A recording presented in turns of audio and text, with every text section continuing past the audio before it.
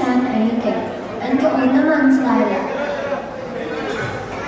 ഞാൻ പറയാം, ഇതൊരു മണ്ണാങ്കട്ടയും കരിയിലയുടെയും കഥയാണ്. മണ്ണാങ്കട്ട ആരാ? ഒരു മണ്ണിന്റെ കട്ടയാ. കരിയിലയോ ഒരു ഉണങ്ങിയ ഇലയാ. ഒരിടത്ത് ഒരു കാട്ടില് ഒരു മണ്ണാങ്കട്ടയും ഒരു കരിയിലയും ഉണ്ടായിരുന്നു. അവർ രണ്ടുപേര് വലിയ കൂട്ടുകാരായിരുന്നു. അവർ കണ്ണ് പൊട്ടി കളിക്കും, മണപ്പം ചുറ്റും കളിക്കും, പാട്ട് പാടും, പിന്നെ യാത്ര പോവും. മണ്ണാങ്കട്ടയും കരിയിലയും കണ്ണാരം പൊത്തി കളിക്കാൻ പോയി. മണ്ണാങ്കട്ടയും കരിയിലയും കണ്ണാരം പൊത്തി കളിക്കാൻ പോയി.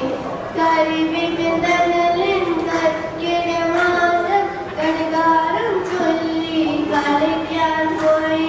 കരിവിൻ തണലിൻ കർക്കിടമാസം ഘടികാരം ചൊല്ലി കളിക്കാൻ പോയി.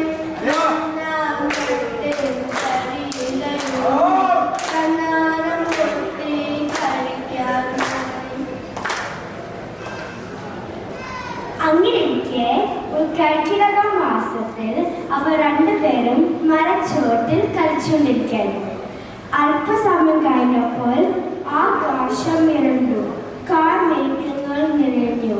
പാപം മണ്ണാങ്കട്ടയും അവർ എങ്ങോട്ട് പോകും? എന്ത് ചെയ്യും? മണ്ണാങ്കട്ട പറഞ്ഞു, കൂട്ടുകാര, എനിക്ക് പേടിയാകുന്നു. മഴയും വെള്ളവും വന്നാൽ ഞാൻ അടുത്ത് ഇല്ലാതെയാവും. കരിയില ആലോചിച്ചു, എങ്ങനെ എന്നെ ചങ്ങാതിയെ രക്ഷിക്കും? അവർക്കൊരു സൂത്രം തോന്നി. കരിയില മണ്ണാങ്കട്ടയെ പറഞ്ഞു, നീ പേടിക്കേണ്ട കൂട്ടുകാരൻ, എന്റെ കയ്യിൽ വിദ്യയുണ്ട്. എന്നിട്ട് കരിയില തന്റെ കൂട്ടുകാരനായ മണ്ണാങ്കട്ടയുടെ പുറത്ത് കയറുന്നു. അങ്ങനെ കരിയില മണ്ണാങ്കട്ടയെ രക്ഷിച്ചു.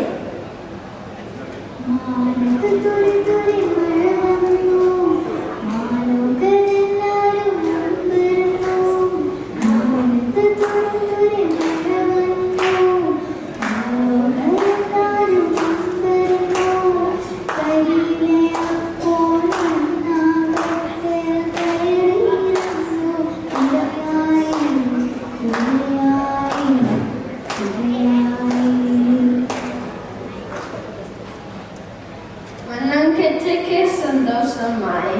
അവൻ തന്റെ ചങ്ങാതിയെ കെട്ടിപ്പിടിച്ചു നന്ദി പറഞ്ഞു. അവർ അല്പസമയം കഴിഞ്ഞപ്പോൾ മഴ മാറി, മണം തെളിഞ്ഞു. അവർ വീണ്ടും കളിക്കാൻ തുടങ്ങി. അപ്പോഴാണ് അവിടെ നിന്നും ഒരു ശക്തമായ കാറ്റ് അവിടെ എങ്ങും ഇറക്കാൻ തുടങ്ങിയത്. പാവം കരിയില അവനാണെങ്കിൽ പേടിച്ച് വിളിക്കാൻ തുടങ്ങി. കാരണം കാറ്റത്തെ കരിയില പറന്നു പോകുമല്ലോ. കരിയില പറഞ്ഞു, എന്തൊരു കാറ്റ്, ഞാനൊപ്പം പറന്നു പോകും കൂട്ടുകാരാ. പെട്ടെന്ന് മണ്ണാങ്കട്ടയ്ക്ക് ഒരു ബുദ്ധി തോന്നി. മണ്ണാങ്കട്ട കരിയിലയുടെ പുറത്ത് കയറി നിന്നു. മാനം തെളിഞ്ഞു, മഴ നിന്നു, മണ്ണിന് നടക്കുന്ന കാറ്റ് വന്നു. മാനം തെളിഞ്ഞു, മഴ നിന്നു, മണ്ണിന് നടക്കുന്ന കാറ്റ് വന്നു. പേടിച്ചു വിറക്കും കരിയിലമേൽ നക്ഷത്രപ്പെട്ടെന്ന് കയറി നിന്നു, കയറി നിന്നു, കയറി നിന്നു. അങ്ങനെ കരിയില കാട്ടിൽ നിന്ന് രക്ഷപ്പെട്ടു. അവർ സന്തോഷം കൊണ്ട് തുള്ളിച്ചാടി. ഒരുമിച്ച് നിന്നാൽ ഏതൊരാളുടെയും അതിജീവിക്കാം എന്ന കൂട്ടുകാർക്ക് മനസ്സിലായി.